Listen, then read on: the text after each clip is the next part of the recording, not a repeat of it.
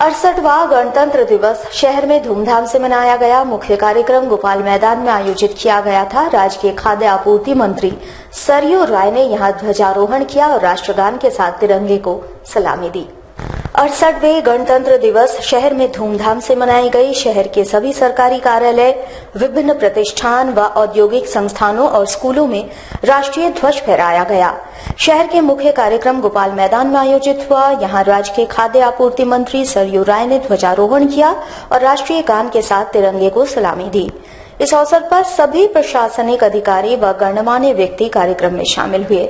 मंत्री ने खुले जीप पर सवार होकर परेड की सलामी ली।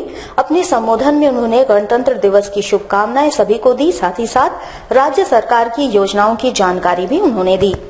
भारत की समस्याएं, भारत के सामने चुनौतियां और अपना देश चुनौतियों और समस्याओं का सामना करने के लिए, इसके लिए देश के एक के मन में एक उल्लास, उमंग और आत्मविश्वास का भाव रहना जरूरी है। आज का दिन गणतंत्र दिन के गणतंत्र दिवस के रूप में जाना जाता है। अपने एक सिद्धांत के तौर पर, नीति के तौर पर और दर्शन के तौर पर लोकतंत्र को हमारा लोकतंत्र का दर्शन व्यवहार में कैसे परिवर्तित होगा, किस तरह से वह गणतंत्र बनेगा, इसके लिए हमारे देश के मूलधन सजग प्रहरियों ने 26 जनवरी 1950 को हमें संविधान दिया। गोपाल मैदान में एक से बढ़कर एक झांकियां भी निकाली गई, जो आकर्षण का केंद्र बनी रही। तरीके से चले जैसे आज तक चलता रहा, इससे भी थोड़ा फर्क आ रहा है।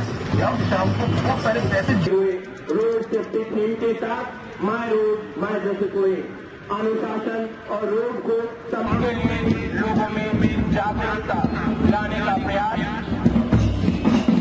नशा हमारे समाज को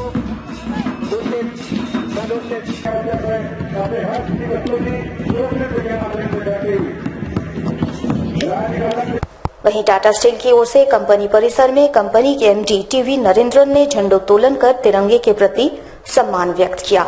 इस अवसर पर कंपनी के सभी वरीय पदाधिकारी उपस्थित थे। अपने संबोधन में एमडी श्री नरेंद्रन ने सभी को गणतंत्र दिवस की शुभकामनाएं दी और कंपनी की भावी योजनाओं के संबंध में जानकारी दी।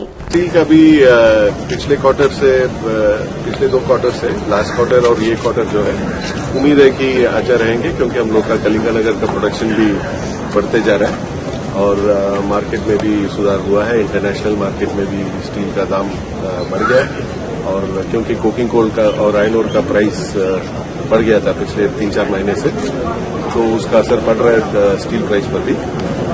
डिमांड का भी हम लोग नवंबर में थोड़ा स्लो डाउन देखे थे, क्योंकि ये डिमोनेटाइजेशन का इम्पैक्ट रहा था, पर हम देख रहे हैं कि दिसंबर जनवरी तक बहुत सारे रूरल एरियाज में जहां हम लोग का सेल्स होता है उधर में।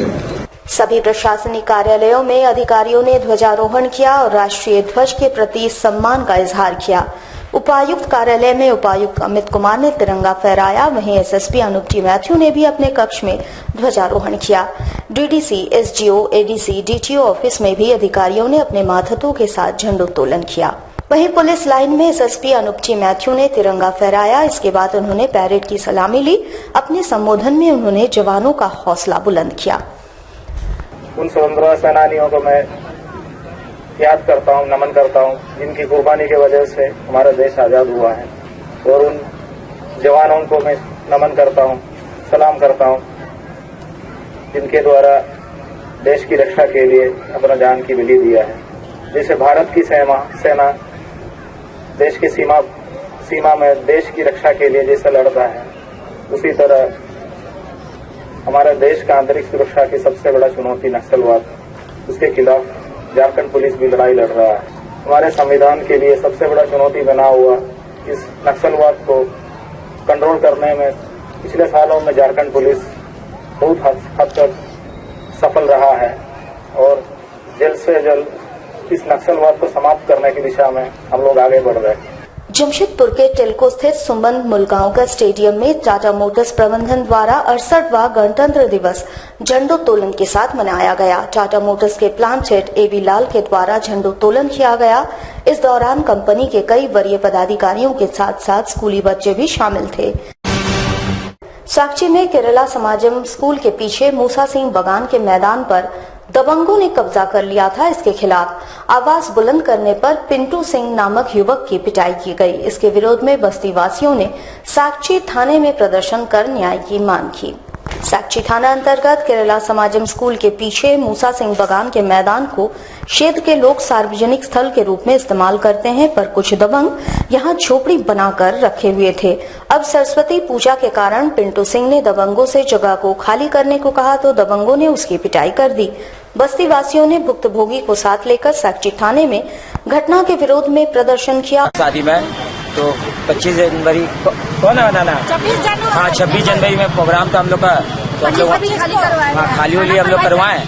तो फिर उसके दूसरे दिन में देखें कि वो लोग सामान मान रखा, तो हम लोग जाके बोले कि यहाँ से सामान हटा दो, सरस्वती पूजा है, हम लोग सब कुछ करेंगे। और में सर हम हटाने के तो दोनों भाई आया, हमको मारना चालू कर दिया। एक जन रेड से मार दिया, शिवा और रिंकू, और साक्षी थाना आए हुए हैं और अपना कपड़ा फाड़ के आया है।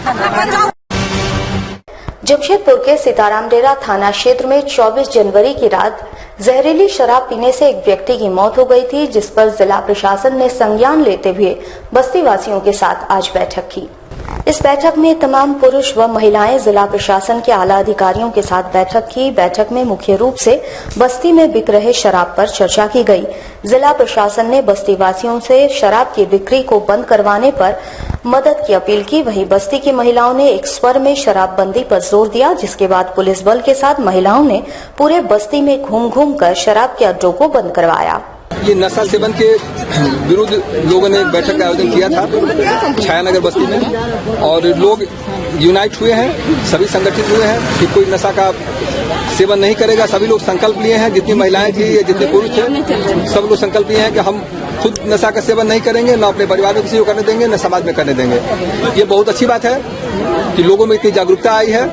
प्रशासन बराबर से चाहती है कि कहीं भी नाजायज कोई भी काम नहीं हो, नाजायज शराब नहीं बिके, नाजायज कोई भी नशा नहीं बिके, और इसमें यहाँ की जनता जागरूक हुई है।